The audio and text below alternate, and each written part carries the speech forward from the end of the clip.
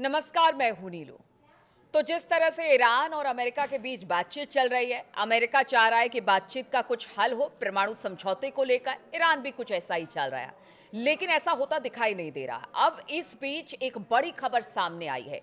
Austria Austria की तरफ से एक खुफिया रिपोर्ट सामने आई है और इस रिपोर्ट में कहा गया है कि ईरान जो परमाणु कार्यक्रम अपने चला रहा है उसको लेकर एक बड़ी खबर आ रही है। ये खबर क्या है, किस तरह से ये अमेरिका के लिए चौंकाने वाली खबर हो सकती है या फिर अमेरिका के लिए चिंता का विषय बन सकता है? बातचीत करने के लिए मयंक मेरे साथ है।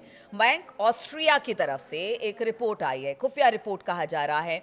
इस रिपोर्ट में है क्या जिसके बाद ये कहा जा रहा है कि शायद अमेरिका के लिए चिंता का सबब बने? देखिए, ये 211 पन्ने की ऑस्ट्रियन इंटेलिजेंस की एक रिपोर्ट है। अब ये रिपोर्ट इतनी अहम क्यों हो जाती है? ऑस्ट्रिया की इंटेलिजेंस की रिपोर्ट जो है वो ईरान और अमेरिका के लिए ही नहीं, पूरे मिडिल ईस्ट के लिए इतनी अहम क्यों हो जाती है? इसकी 3 वजह हैं। इस रिपोर्ट में 211 पन्ने की ये रिपोर्ट है और उसमें ईरान को लेकर 3 बहुत बड़ी बातें कही गई हैं। पहली बात इसमें ये कही गई है कि ईरान जो है वो मिडिल ईस्ट में तेजी से अपनी ताकत बढ़ा रहा है और इतना ही नहीं, वो ईरान अब मिडिल ईस्ट का एक सुपर पावर बन चुका है। या ये कहें दूसरे शब्दों में कि अब मिडिल ईस्ट में पूरे शक्ति के समीकरण अब ईरान जो है वो तय कर रहा है। ये पहली बड़ी बात कही गई इस रिपोर्ट में। दूसरी बड़ी बात ये कही गई है कि परमाणु कार्यक्रम जिसको लेके अमेरिका चिंतित है, ईरान के पास एक बेहद सोफिस्टिकेटेड न्यूक्लियर प्रोग्राम बहुत तेजी से आगे बढ़ रहा है। उसके पास लॉन्ग रेंज बैलिस्टिक मिसाइल से हमले करने की क्षमता ऑलरेडी आ गई है। तीसरे मुद्दे पे इस पे जो जिक्र हुआ है वो ये कि अमेरिका की तरफ से जो सैंक्शंस लगाए गए हैं ईरान पे, उन सैंक्शंस को बाईपास करते हुए कैसे इकॉनमी को आगे बढ़ाना है, इसका बहुत अच्छा तरीका ईरान और रूस ने मिलकर खोज निकाला है। ये 3 बातें हैं जिनका इसमें जिक्र है। देखिए, हम एक एक करके बात करते हैं।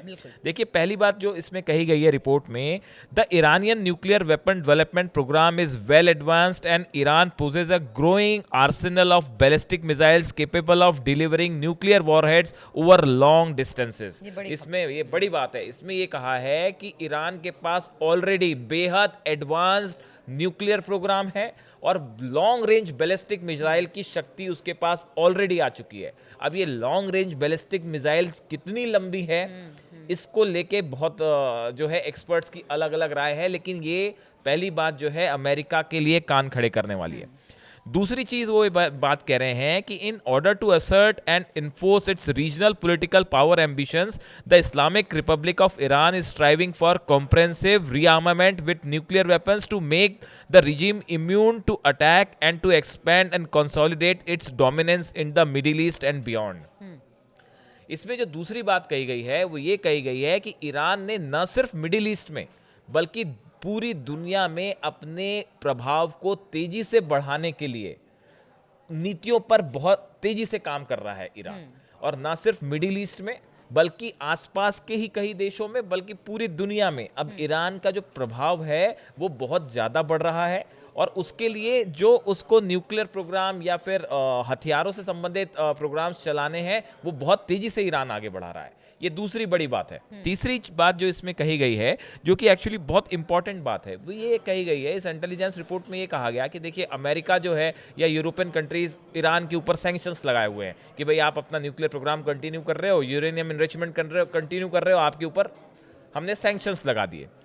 इस इंटेलिजेंस रिपोर्ट का कहना ऐसा है कि अमेरिका और यूरोपियन कंट्रीज के सैंक्शंस को बेअसर करने के लिए ईरान और रूस ने एक नया तरीका खोज निकाला है।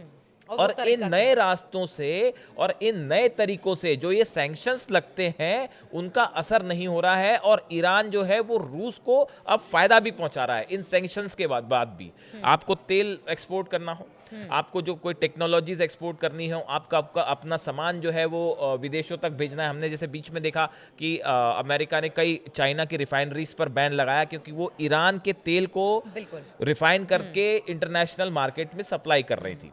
तो ऐसे ही कई चेन्स रशिया ने, चाइना ने, ईरान ने डेवलप कर ली हैं, जो ईरान पे आप लाख सैंक्शन लगाते रहिए लेकिन वो अपनी इकोनॉमी को आगे बढ़ाता रहेगा, और उसके सामने ईरान और यूरोपियन कंट्रीज के सैंक्शंस जो हैं वो फेल हैं, ऐसा ये ऑस्ट्रेलियन इंटेलिजेंस की अच्छा, रिपोर्ट कह रही इसमें है। दो सवाल निकलकर सामने आते हैं मयंक। पहला तो ये कि देखिए, परमाणु कार्यक्रम को लेकर बातचीत चल रही है, उसके लिए तो हमने देखा कि खामनेई साहब हमेशा से तैयार रहे हैं कि देखिए अगर बातचीत बनती है तो भी ठीक, नहीं बनती है तो उसके लिए भी पूरी तरह से तैयार है।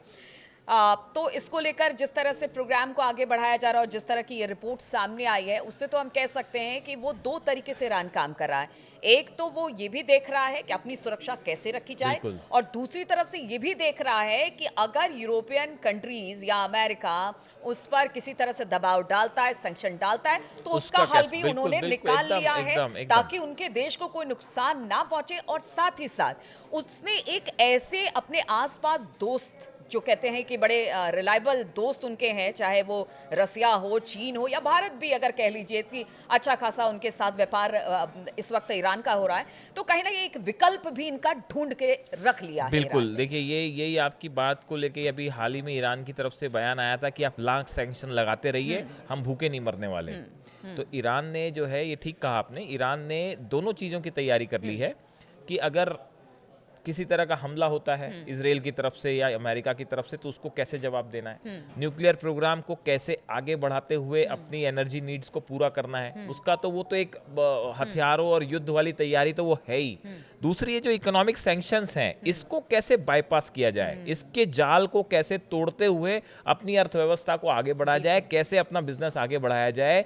ये पिछले कई सालों से जो सैंक्शंस लगे हुए हैं, इसको तोड़ने के लिए ईरान ने रूस के साथ, चाइना के साथ और शायद नॉर्थ कोरिया के साथ भी एक बढ़िया मैकेनिज्म तैयार कर लिया है। अब देखिए, जो ये डायरेक्टर ऑफ नेशनल इंटेलिजेंस हैं अमेरिका की, तुलसी गबार्ड, इन्होंने सीनेट में अभी हाल ही में कहा था कि Iran is not building a nuclear weapon and supreme leader Ayatollah Khamenei has not authorised the nuclear weapons programme he suspended in 2003। America में जो है सीनेट में बयान देते हुए तुलसी गबार्ड ने कहा था कि भाई ईरान जो है अभी वो न्यूक्लियर प्रोग्राम अपना, उसमें न्यूक्लियर बॉम्ब नहीं बना रहा है, जिसे खामेनी साहब ने जो है वो सस्पेंड किया था। ये अमेरिका के सीनेट में तुलसी गबार्ड कह रही हैं। अब ये जो नई ऑस्ट्रियन रिपोर्ट जो आई है, ये एग्जैक्टली उस रिपोर्ट की अपोजिट है जो अमेरिका ने कही थी। तो देखिए, कुल मिला के अब बात ऐसी है कि ईरान जो है वो न सिर्फ आर्मामेंट्स के मामले में, बल्कि सैंक्शंस के बारे में, टेरिफ्स को लेके या दूसरे तरह के जो प्रतिबंध ईरान पे लग रहे हैं, इनसे कैसे डील करना है, इसका एक बड़ा तोड़ रूस के साथ मिलकर निकाल लिया है। जो एक सवाल और यहाँ पर, चूंकि अगर पीछे कुछ दिनों की बात की जाए, अमेरिका पूरी तरह से चाहता है कि ईरान के साथ किसी तरह का समझौता हो जाए, और उसके लेकर वो नेतन्याहू से भी ट्रंप की बातचीत हो चुकी है, लेकिन नेतन्याहू मानने को तैयार है नहीं, गजा पर हमला हो रहा है। मतलब अगर इन सब चीज़ों को देखा जाए तो अमेरिका भी चाहता है कि शांति से इस चीज़ का हल हो जाए, क्योंकि ईरान के स्ट्रेंथ को वो भी पहचानता है, जानता है कि ईरान क्या कर सकता है, इसीलिए बातचीत से कोई बीच का रास्ता निकाला जाए। एक अगर सवाल, पूरे मिडिल आपके इस एक सवाल का जवाब ये भी है कि कुछ एक्सपर्ट ये मानते हैं कि अब ईरान पे हमला करने की हालत में ना अमेरिका हमला करना चाहेगा और ना इजराइल करना चाहेगा, वही कह, क्योंकि इसका नतीजा जो होगा वो बहुत ही शायद यूक्रेन और रूस के वॉर से भी बड़ा हो जाएगा। देखिए, यूक्रेन और रूस का जो रशिया का जो वॉर था, उसके जो दुष्परिणाम हुए वो तो हुए ही, लेकिन अगर आप ईरान पे हमला करते हैं तो उससे जो विनाश होगा, उसका स्केल डिस्ट्रक्शन का बहुत बड़ा होगा। तो इसलिए कुछ एक्सपर्ट ये मानते हैं कि अमेरिका और इजराइल अब हमला करेंगे ही नहीं, वॉर वाली सिचुएशन नहीं आएगी। देखिए, स्ट्राइक बात अलग होती है, आपने एयर स्ट्राइक कर दी कहीं पे, वो एक अलग चीज़ होती है, लेकिन एक फुल फ्लेजेड वॉर करने की हालत में अब ईरान से पंगा लेना आसान काम नहीं है। तो ये जो है, अब देखिए इस रिपोर्ट में एक और बड़ी बात कही गई है कि तमाम कोशिशों के बाद भी ईरान जो है वो हमास को मदद कर रहा है, ईरान जो है हिजबुल्लाह को मदद कर रहा है, सीरियन जितने भी उसके सहयोगी संगठन हैं उनकी मदद कर रहा है। तो ईरान अभी भी अपने साथियों के साथ खड़ा हुआ है।